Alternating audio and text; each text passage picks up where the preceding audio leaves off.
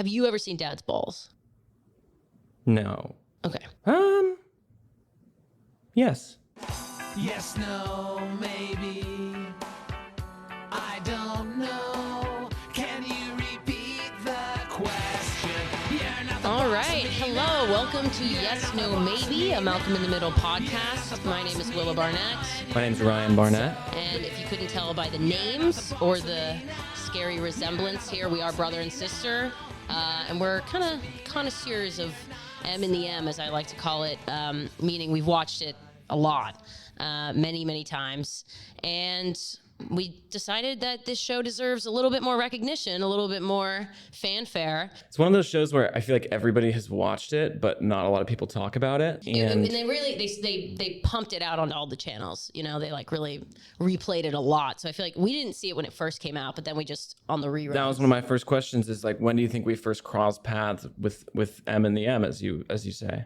With the whole gang. Well, you have like you kind of have a photographic Funny you memory. should ask. Okay. We were in Idaho. I think Go it was 2012. We were at a hotel, and there Not just you and me, like the family. No, the whole family was there. And on the TV there was an episode where Reese gets his ass kicked by a girl in wrestling, and I was hooked. As a boy with two sisters. I saw myself there, and I never looked back. In the psychopathic Reese, you saw yourself. Yeah. That is also something, which characters do you most like? But nevertheless, we get ahead of ourselves. We're starting with the pilot episode of Malcolm in the Middle. And if you haven't seen this show before, I mean, this will be a great starting place, the pilot, but also this show. We're going to go episode by episode through each one. And we're going to kind of talk plot. We're going to talk characters, a little bit of behind the scenes stuff, really everything and how it connects to our lives as well, which is obviously a really intriguing area. So let's just jump right in. My name is Malcolm. You want to know what the best thing about childhood is? At some point, it stops. Honestly, I feel like why I connected with the show the most, and I feel like how it starts is just like, life as a kid fucking sucks. Like, that's just the vibe. It starts with the Earth kind of image, and then like Malcolm being smart, and then immediately it's like Reese's nostril and like Malcolm's toes, and it's just like gross, like living as a kid. And I mean, when I was a kid, like my favorite song was "Life Is a Nightmare," but from that Cheaper by the Dozen movie. Do you remember that? It was I'm just a kid and life is a nightmare. Even though I had a pretty good life. Yeah, we had a great other than childhood. growing up with you. Yeah, I had a pretty good life. It's dark about childhood. Like, I feel like a lot of shows are just like happy-go-lucky, being a kid's awesome. Yeah. But this is like, there's a lot of angst and a lot of like just shit that happens to this family. Yeah, but also like I think it kind of keys into like the fact that kind of like love binds all the chaos together. Like I think that the first episode especially does a good job of showing that Malcolm is just like a really sensitive kid. Like, even when he's walking Dewey to school in the beginning, and Dewey wants to have his hand held, and he's like, I'm not going to hold your hand. And then he just decides that he will because he feels bad for his brother, And there's that great part where they're walking and all the neighbors are moving out. There's the for sale signs. I feel like that's something you get immediately is like, this family's not, like, they're not even middle, they're probably lower middle class, I would say. And like, that's also something you wouldn't really see, like, like Good Luck Charlie and all the Disney families are all just like, they're doing well, who knows what they do for work, but they're just iCarly, like they have that Seattle bomb-ass they're apartment. like, Dad's gone, but we have this fucking loft with an elevator. Like, wasn't Dad in the Navy in that show? I thought you were saying our dad. Wasn't Dad in the Navy? Dad in the Navy? No. He could not. Our dad couldn't fight. Yeah, the dad was like I think he was honestly, our Carly was kind of military propaganda in that way. It was. Which we can get into. Which we will. They do this every month. He has sensitive skin. The hair gets itchy under his clothes. Yeah, it seems like such a shame to just dump this in the trash. Maybe birds would like to make nests with it, or I don't know, maybe you boys could use it for school projects.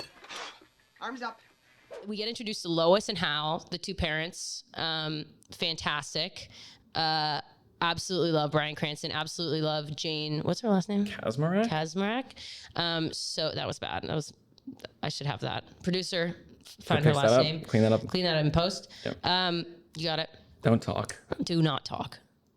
We have a wonderful. Okay, we've got our wonderful producer here, Kayla Rosenbaum. Thank you for joining us. We'll get you we put her in the closet. We'll get you a mic at some point.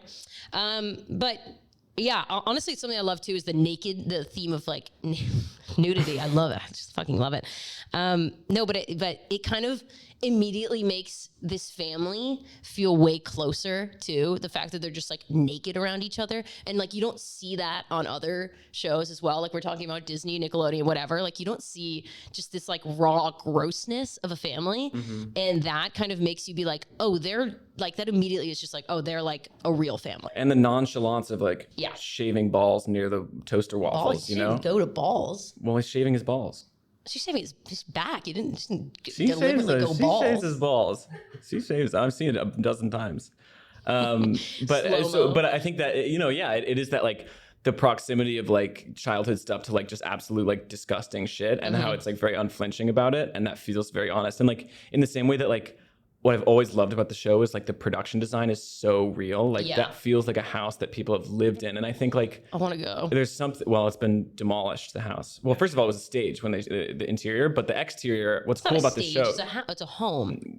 Well, they shot it on a stage, I think. What? Yeah. But the exterior they do go to. Yeah. It's like Ohio. Yeah. They never say in the show. Yeah. But what's cool is that they actually do go there, and then it allows you to have shots where like the tracking shot of Dewey and Malcolm like walking down the street, and like you get that house is like a prominent role in the show, and like it feels like that much more of a cohesive thing because of it. So the plot of the first episode, it's not a ton happens, but. We get the bully. We get introduced to the bully Spath. Great bully name. Oh my god! Spath. And that kid is such a little fucker. Like perfect casting. He initially auditioned for Reese. He was the runner-up for Reese. Spath was, and then there's a character named Richard that like comes up in the very beginning and asks Malcolm a question. I forget what he says. He says something about homework or something. And Richard auditioned and was going to be Malcolm. So both of those, they kept it in the family.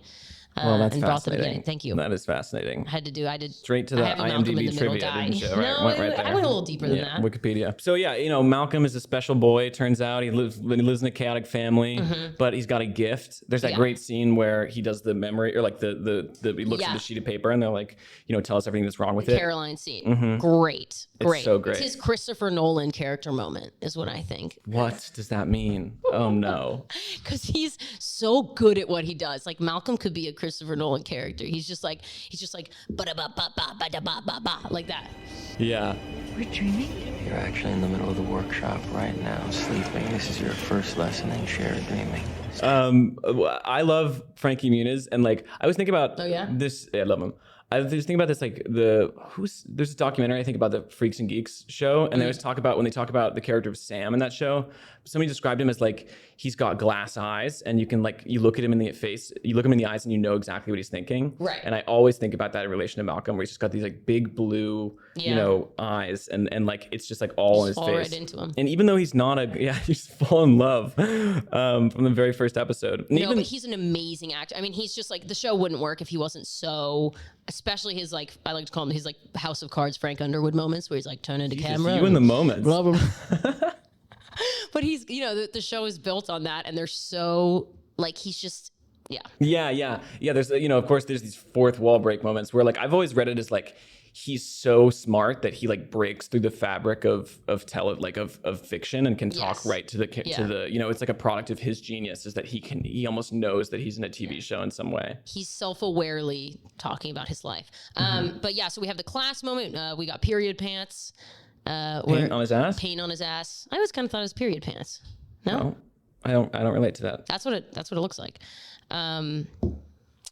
So then we have Stevie's mom.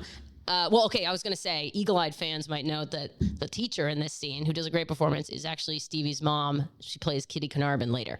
Just a little fun fact there. I'm kind of the details man of this podcast. And there's an episode later in the show where Reese sees her naked, and it was a big moment for me. What the hell? I don't think that's in this show. It's in the show. Right. It's in the show. So Season 4, episode 6. So let's talk about Stevie. So cute. He's so freaking cute. He's 10 out of 10. Honestly, each of the kids, I think, 10 out of 10 cute. Stewie, 10 out of 10. We're going to keep up with their cuteness meter, see how cute they are. Because you called him Stewie. Eagle-eyed viewers will know that Willa just called him Stewie. Dewey, in all my notes for the entire episode, I called Stewie. That is true. Mom said to hold hands. She did not say to hold hands. hands, Dewey. I'm not holding hands. I had a little bit of Seth MacFarlane on the brain, a little bit of Family Guy, but they are very different types of Stewies. And his name's Dewey. It's not Stewie. So anyway, Stevie, so cute. I love that they connect over the comic books. You have comic books? And the moment where he opens the comic book closet, it's kind of this like, oh, like reminded me of this friend I had. You remember?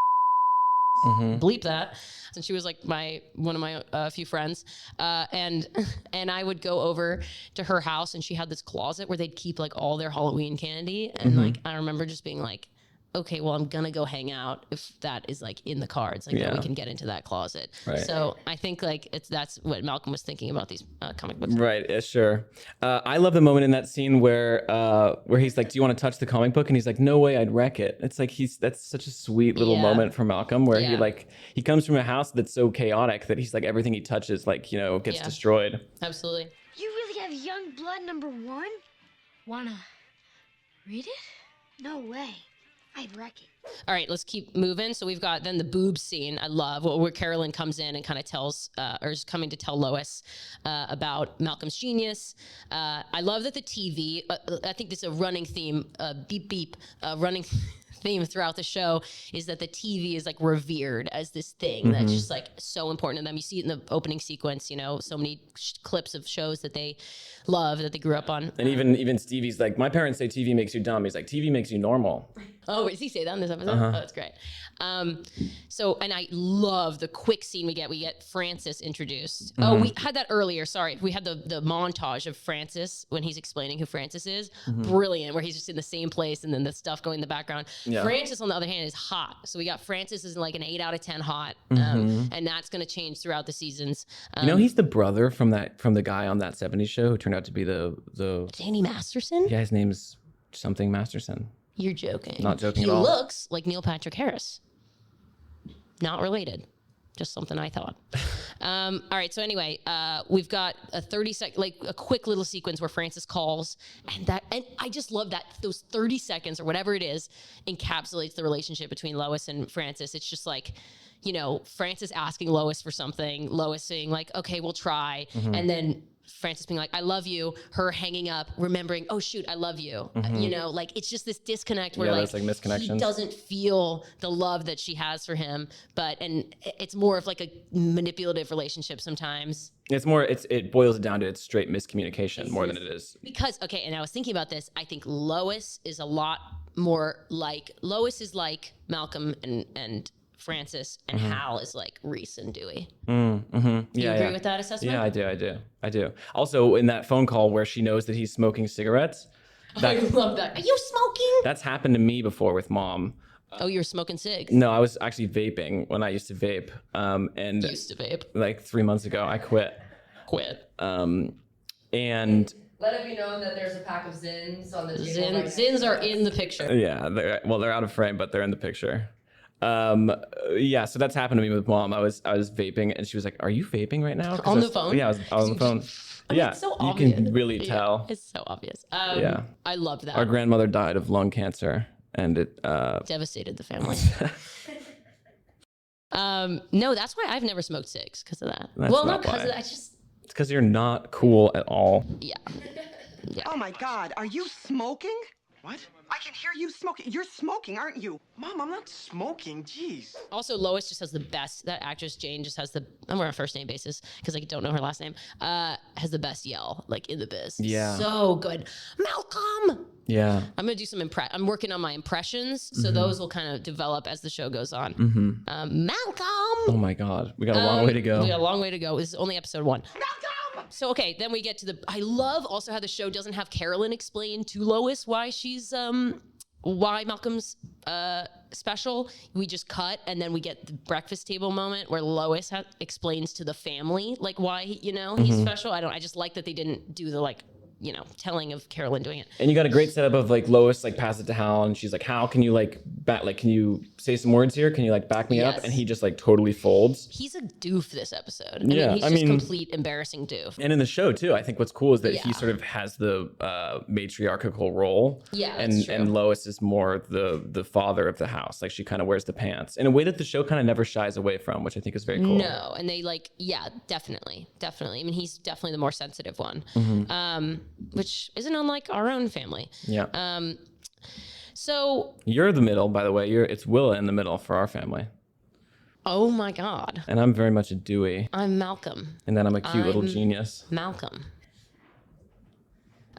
So let's keep going. Oh, I love the scene where Lois. Oh, and then here you also just get the crux of like Lois. She's like, you're gonna do this because you get a chance in life, and people don't get chances. Like in her world, the world's just like it's dog eat dog. It's fucked. Like you're gonna do this, Malcolm. And like at the end of the day, she does really direct her kids' lives in a way that's like maybe not I don't know. Like it's controversial, I don't think it's always the best thing. And I think she learns that at certain times. But anyway, I love the line where she goes like, those kids across the street, they look like boiled little beets. Yeah, right. And then Malcolm's like, it shouldn't make me feel better, but it does. And that's the thing where I'm like, they're similar. I know, they are very similar. Yeah. And then we get the brilliant life is unfair shot, and I love that this kind of this signals the transition of Malcolm's life, where he's being put into this smart class that will like really change his life, and like that moment of the hands revealing, it's like he is entering another world. I mean, we're overanalyzing a little, but I don't care. Well, this show warrants it. And did you know when I was in kindergarten, I was actually in a special class because I talked out too much, and every day at 12:30 they would bring me to a little closet with the other boys, and they had an outline. And what did they do in there? We had an outline of a man, like an outline of a body, and they gave us a red. They gave a red, green, and yellow marker, and they were like, draw where you feel the anger. Jesus and I only realized like 2 years ago, like that was a class for special kids. We had you tested a lot, right? Like we can get into it off mic, but we had you tested a lot. I drew like this for many years. Yeah. And it took me a lot. So if you're just listening, I know people love to listen to this on their commute, with their hanging with their kids. But I drew with a fist and had to like I still can't really draw the right way. Yeah, your handwriting is fucking awful. I know. We have an older sister. Okay, lore alert. Fun fact alert. But she is kind of a see you next Tuesday. She's great. But she had me write out the alphabet letter by letter and then critiqued each letter. She's sort of what character is she in this? She's sort of a Craig that works with Lois. Right. We'll get to that. And I just can't say enough about how proud we should all be of Malcolm for getting into the gifted program. Now, Malcolm may not look different than the rest of us, but he is very different. In his brain. Okay, then we get the great bird's eye recess scene. We're like wrapping it up here of the plot. So we've got the confrontation between Spath, the bully, and Stevie. We've had Malcolm already said something mean to Stevie.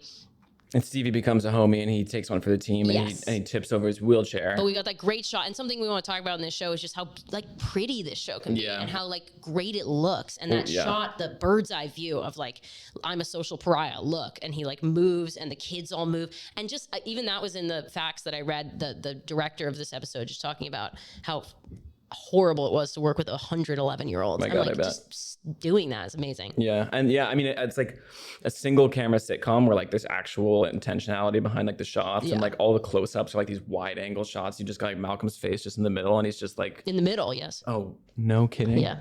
But no, it's just like there's no other like sitcom I think that looks anything like it. No. Your eyes got real. There's no other sitcom that looks anything like it. Sorry, we should be a team here. No, I'm sorry. No, I'm sorry. And as I wrote here, this is where Malcolm goes, now we want to slow this down so we can really savor it. The punch moment. He kind of becomes the omniscient narrator. Wait, who, Malcolm? Malcolm, isn't he already that? I mean, he's not like watch this part of the story that happens. You know what I mean? But now it's like, okay, he's like aware of how his life, it could be like commenting on moment to moment, but now it's like, we're going to slow this part down because I know what happens. You know what I'm saying? Sort of a Nick Carraway, Great Gatsby. Sure. Sure. Anyway, so can we just talk about how gross cafeteria food always looks in these shows? It makes me sick. Yeah, it's fucking sick, gross. Fucking throw up. I hate it. Yeah. Especially like it reminds me of Spider-Man, Raimi Spider-Man. Sure. That Or cafeteria like Napoleon food, Dynamite. Ugh. Yeah. It's just sickening. I don't know what they do to it. Yeah. And then we get the lovely ending. We've got like the and I have a fun thing for this, but we get Malcolm sitting on that trash can, kind of giving his spiel. Well, about, that's so. I would laugh when that great. happened in the episode because that's the How pilot. did you laugh? It's the pilot. Yeah. Because it's one of these. Yeah. Because it's like it's the pilot episode, obviously, so they didn't know the show was gonna get picked up. Right. And it's literally Malcolm making a plea for them to keep going the show. So he's like, well, I know my family's crazy, but the world's even crazier. And like, don't you want to see how it all? Yeah. He's like, don't you want to see what happens next? Like, it's so transparent, but it's also like so endearing. So that's the end of this episode. And we see Stewie in the bit. I love that. He's like, can I come out? No. And it's like, there's not even any reason why he's in there. But it's like, I mean, we had a closet in our house. Remember the one that you could close and then it wouldn't open? Yeah. And if you could get one of the siblings in there, I mean, that was a huge win. That was a huge dub. And it was often me. Malcolm, what? Can I get out? No, stop asking. It was often you when you were small. That's the tough thing about having a brother. It's like you can torture him just until like puberty hits, and then they're just so much bigger than you, and you're just like, fuck. Yeah, right. I remember when I could beat you guys in a race. Well, yeah. At first, we were playing tag and stuff, and you'd be like, I can't ever be it because you guys are faster than me, and you'd cry and cry every time you were it because you're like, well, there's no way. And then it's just a day, and then it flips, and then you're just like barreling us over. Fucking, it's horrible. No, it was great. That's why. No, we won't get into gender politics. I really knew you were going to go there. Okay, so the original ending for this episode was that Malcolm ties a skateboard to Hal's car before and is starting to ride on it, and it cuts to black. But the network was like, we don't want people to replicate that. But that's very Bart-like, don't you think? Yeah, that's very Bart moment. It feels a little. I feel like. I mean, they do really stupid, dangerous stuff, but I feel like they don't. They do some stupid shit in the show. do. I mean, there's that episode where Reese and Malcolm do like increasingly dangerous. Oh my god, I love that pranks against each other. Yeah. But that's always to like get the other one, you know. God, there's so much to come. It's so exciting. So this aired on Fox on January 9th, 2000. I was 2. You weren't born. I was -1. Best years of my goddamn life. You were not 2. You were not even 1 yet. I was not 1. Fact check, and thank you for the fact check because I really take liberties here. It was a mid-season replacement for Futurama, and it had 23 million viewers. Wow, isn't that insane? Fucking crazy. That's what. Yeah, but it was people loved it, and it won 2 Emmys. This episode really won directing and writing. This is really one of the best pilots ever made. It's fantastic. It's it's just like a master class on pilots. You are so dumb. You're so dumb. You are so dumb. So those are the facts that. Oh my god. Thanks, Kayla. Thanks, Kayla. Let's take that again. Thanks, Kayla. So those are the facts that I have about the episode, and sort of all the fun facts that I managed to scrounge up. Are you gonna do this every week? I could be the facts queen. Let's take that again. I could be the facts person. Are you gonna do this every week? I could be the facts person. I mean, we'll see what happens week to week. Definitely want to keep the cuteness counter going. I think, and let's just make that clear. I think we've got, honestly, Dewey at a 10 out of 10. Right now. But the thing about Dewey is when he gets older, he becomes kind of ugly. A little freakish. And actually, our mom refuses to watch past season 4 because she thinks Dewey's so hideous. That's a really fun fact. Yeah, and I think he's adorable in this first episode. I mean, he's incredibly cute. Not a lot of Reese this episode. No, I think God damn, this is gonna fuck with me. Dewey and Reese are really relegated to the side this episode.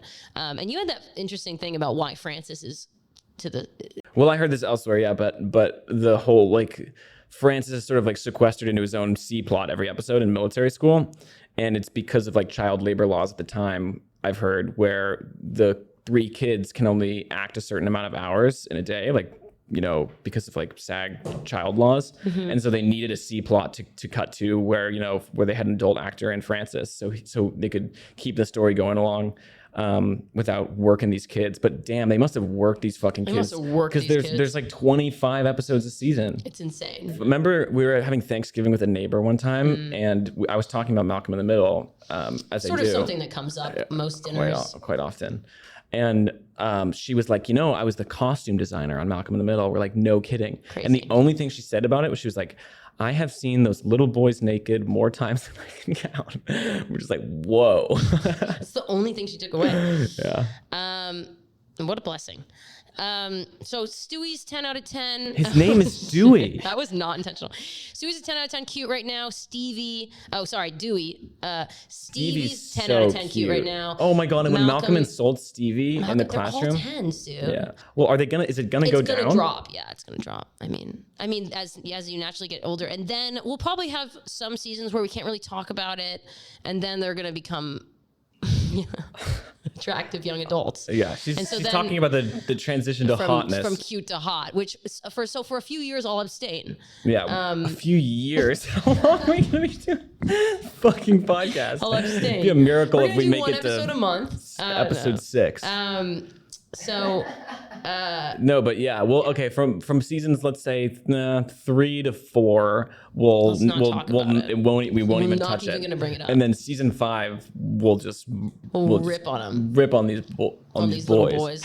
I do think that this episode has a different pace and energy than a typical episode, and like that makes sense. I mean, they're setting up so much. Well, I think also because it's trying to get picked up, it fits more neatly into like a child kind of like genre of like a boy at school bully narrative, where actually the meat of the show is like more in like the conflict between the family and dynamics like that. And you can only do so much in 22 minutes. 22 minutes. Although with ads, 22 minutes with ads, it's 30 minutes. Oh, yes.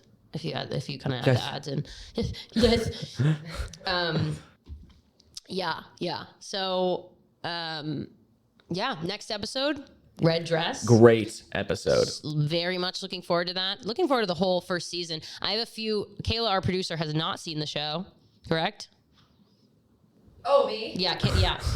She fell asleep over there. Yeah. Kayla has not seen the show, so I'm excited for her to watch for the first time. Ryan and I have seen. I'm watching with the viewers. She's watching with the viewers. Whatever that means. All 3 of them. And my boyfriend hasn't seen it. He'll be tuning in. I have a boyfriend. Maybe we should keep that away, secret, so that people kind of like are intrigued by that. Right. Do I have a girlfriend? I don't think that's believable. Yeah. We're not the greatest family in the world, but we could get better. I mean, it's not impossible. Tune in next week to Red Dress. Yeah. We're talking about Red Dress. Great episode. Great episode. Classic. Almost feels like a bottle episode, but it's not really. A little bit of psychological torture. A little bit more children, Hal. A little more Hal. And I'm excited to like talk about the themes that kind of go throughout this show. And a little bit about our family too, I think, because I think the reason that the show hits so hard for us is like there are a lot of parallels, I think, to our little life. This little life of mine. I think there is, even though we probably didn't struggle as much as. No, I would say probably not. Really yeah, nice. but we had a great childhood. Yeah.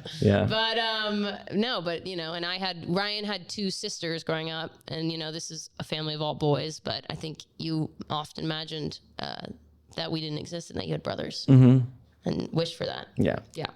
I would beg my parents to pop out a boy. Yeah. Little did I know, the marriage was in shambles. Yes, yeah, it was ripe for destruction. Probably I shouldn't have asked. It made things worse. I think you probably pushed them over the edge. One time, Dad was like thinking about getting a Prius when Priuses were out, and I was like, and I was saying, Mom, I think Dad's gonna get a Prius, and she was like, your dad's not getting another car. Oh, that was it. Actually, she told me that was it. Yeah. That was the moment. No kidding.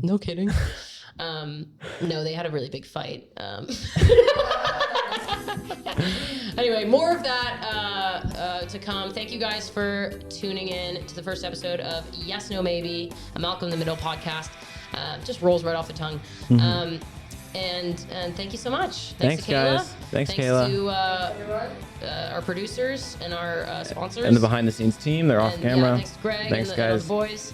Greg and and good night. Good night.